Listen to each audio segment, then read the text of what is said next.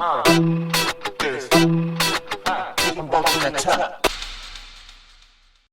to the Daily Sports Content Economy Podcast for Thursday, February 26, 2026. We created this podcast specifically for alternative and Tier 2 sports leagues, teams, competitions, and the athletes who compete in them. We just got out of a meeting with Bryce, and he wanted us to share what should be top of mind for today as you navigate the day. Yeah, and Bryce really handed us a mountain of reading today, didn't he? We are staring down a massive stack of 21 source documents for today's deep dive. 21 documents. Right, which altogether contain over 40 specific articles and references. And if there's one overarching theme jumping out of this massive pile, it's that the amateur era is officially over. Completely dead. Yeah. I mean, Tier 2s are getting the Tier 1 treatment right now, for better and for worse. Exactly. We are seeing big money, big tech, and frankly, some really big risks that usually only apply to the NFL or the Premier League. So our mission today is to translate these headlines into immediate action items for you in the alternative and Tier 2 sports world. Let's get right to it. Before we jump into the deep analysis, let's run through the top 5 headlines you need to know today, and specifically where we pulled them from. Right, so headline number 1 is definitely the sticker shock of the week. According to reporting from Perplexity and the GIST, the NWSL's upcoming Atlanta expansion team has secured a record-breaking $28 million front-of-kit deal with Aflac.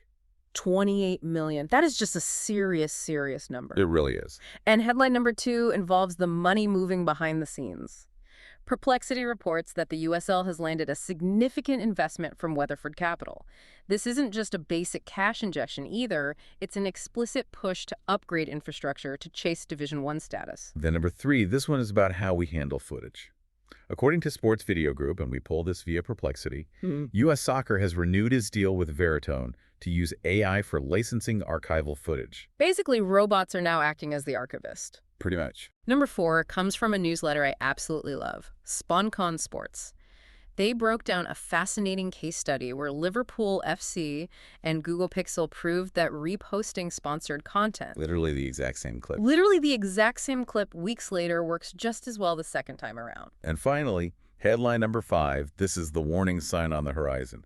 TubeFilter reports that the betting platform Kelshi has opened investigations into insider trading on creator-focused bets. Signaling a very risky new era for the creator economy. Yeah, where your posting schedule is suddenly a betting prop. So we have the cash, the capital, the robots, the recycling of content, and the regulators. Let's unpack all of this. We have to start with segment 1, which is the sponsorship surge in Tier 2 and women's sports. We absolutely have to. That Atlanta NWSL news is the anchor here. $28 million over 7 years with Aflac. That is the most lucrative deal in the league's history. Okay, but here is where I get a little skeptical, right? I was reading the context from The Athletic, and they pointed out that this team doesn't even take the field until 2028. 2 full years from now. Right. We are talking about a team that technically does not exist yet, and they're securing a historic bag. Is this a bubble? I mean, are brands just throwing money at women's sports right now because it's trendy, or is the math actually mathing here? That is the exact cynical question we need to be asking. Yeah.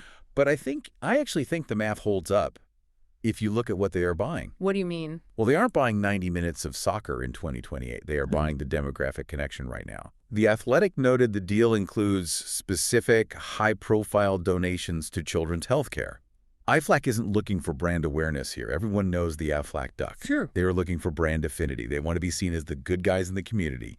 And women's sports fans are statistically more likely to reward brands that support their teams than, say, NFL or NBA fans are. So it's purely a values play. Precisely. And we're seeing this ripple effect across the entire industry. The GIC is reporting that Body Armor is actually replacing Powerade for March Madness. Oh. Yeah. And over at Sports Pro, they noted that Liquid Death has partnered with LAFC. Do you notice a trend there? Yeah, I do. The legacy giants are getting swapped out. Powerade feels like the old guard, but Body Armor and Liquid Death are the challengers. They feel younger, a bit more rebellious. Exactly. And the data completely backs this up. Sponsor United data shows a massive shift toward community sponsorships. Deals that involve environmental and health activations are up 7%. Brands want to be seen doing good. Right, not just slapping a logo on a jersey. They want a narrative. Which perfectly explains why Emma Raducanu left Nike. Exactly. The GIST highlighted that she's moving toward lower tier or lifestyle brands like Vori or Lululemon. Nike is prestige, obviously, but Vori is a lifestyle. Yeah. Feels like athletes are realizing they don't need the swoosh to be legitimate anymore. They don't.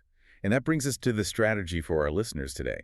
If you are an athlete in mountain biking, triathlon, or alternative sports, the old playbook was basically, I win races, so put your logo on my helmet. But that doesn't work effectively anymore.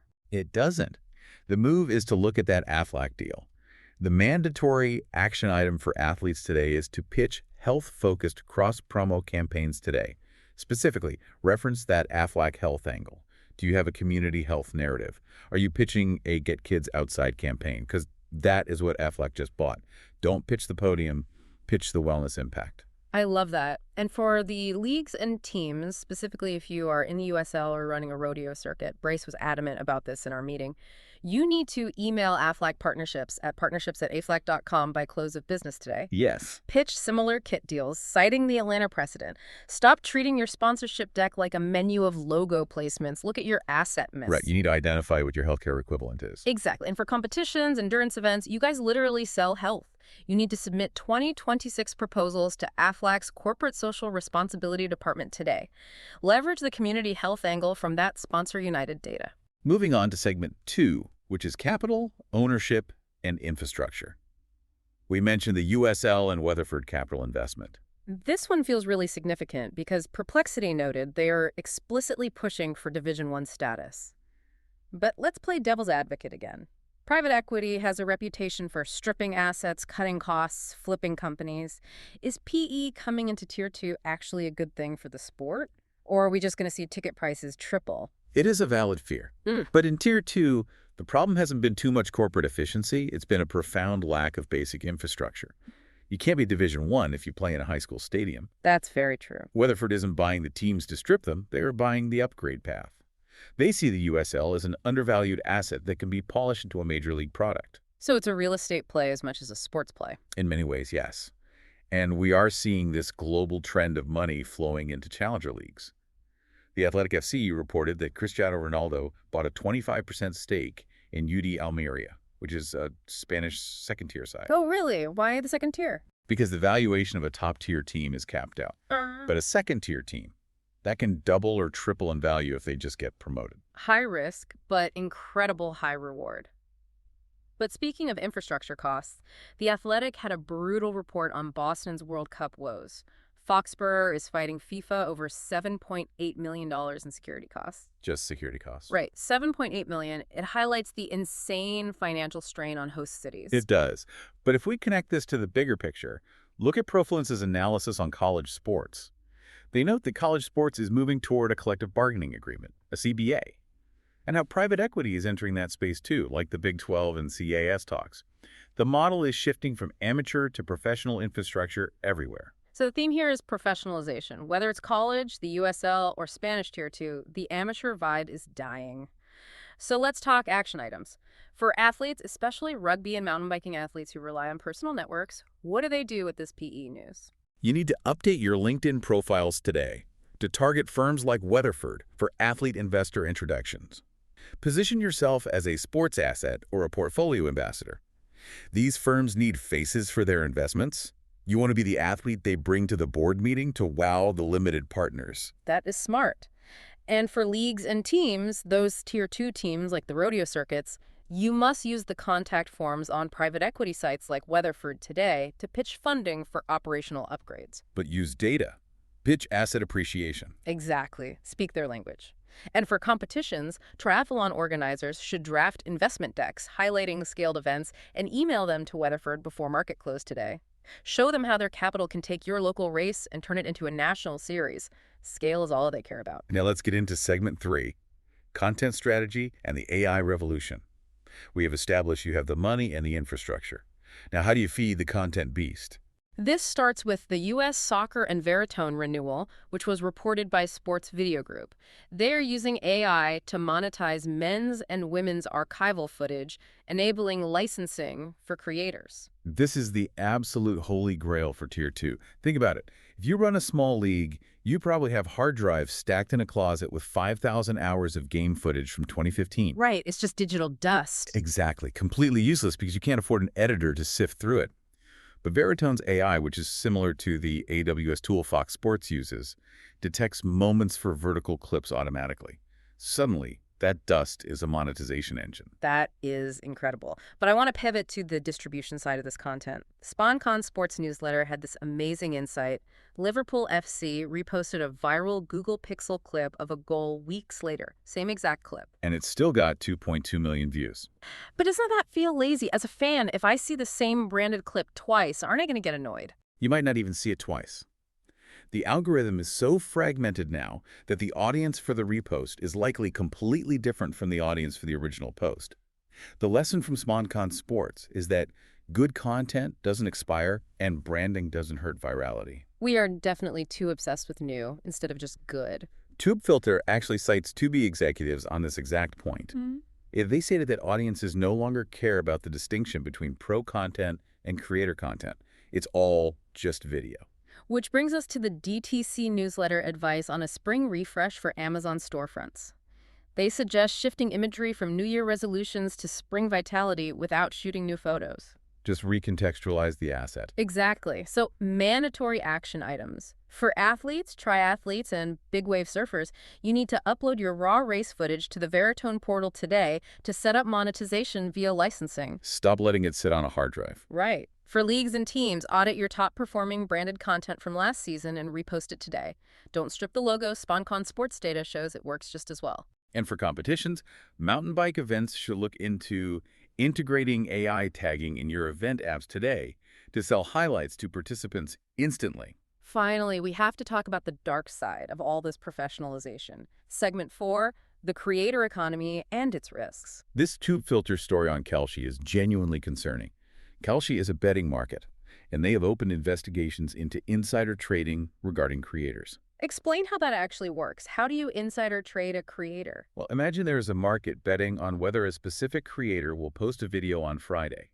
If you are their friend and you text someone saying they aren't posting this week, and that person places a bet based on that text. That is technically insider trading. Exactly. You are trading on non-public material information. It is very comparable to the John Tay Porter NBA betting scandal. As creators become athletes in this economy, they face regulated scrutiny. The Athletic also mentioned that at the NBA Combine, data points like the three-cone drill are becoming betting props. So literally how fast you run in a practice drill is something people are gambling on. Everything is gamified. But there's a flip side to this lifestyle scrutiny. Sport Business reported that Unrivaled, the 3-on-3 basketball league, is succeeding precisely by leveraging digital storytelling to turn competition into a lifestyle brand. So what does this mean for our listeners? For athletes, USL players, and creators, you need to sign up for Tubi's creator portal today to monetize directly, but you have to be extremely careful about betting and insider info. Adopt a corporate governance mindset about your group chats. Seriously. And for leagues and teams, rugby teams specifically, launch fast channels via ViAccess demos today. Free ad-supported streaming TV captures that lean-back viewing audience mentioned in the Perplexity source. Control your own distribution. Don't let the betting markets be the only ones telling your story. So let's summarize all of this. We have massive money flowing into women's sports with Aflac. We have private equity pivoting to Tier 2 with Weatherford. And we have AI tools making content easier to monetize with Veritone. It creates a very specific picture, the corporatization of the niche. Which leaves me with a final provocative thought for everyone listening today. Let's hear it. We are seeing betting markets like Kelshi and investment firms like Weatherford treating individual creators and Tier 2 athletes exactly like blue-chip stocks. They really are. So if you are an athlete or a niche league, you are no longer just entertainment. You are a speculative asset class. The question you have to ask yourself today is, are you protecting your insider information the way a CEO would? Because if you don't manage your value like a corporation, the market is just going to extract that value for itself. Navigate your day with that in mind. Thanks for diving in. Thanks for listening to this edition of the Daily Sports Content Economy Podcast. If you're ready to build your content media empire, we should probably talk. Visit rootgroupmarketing.com. Thanks for watching and listening.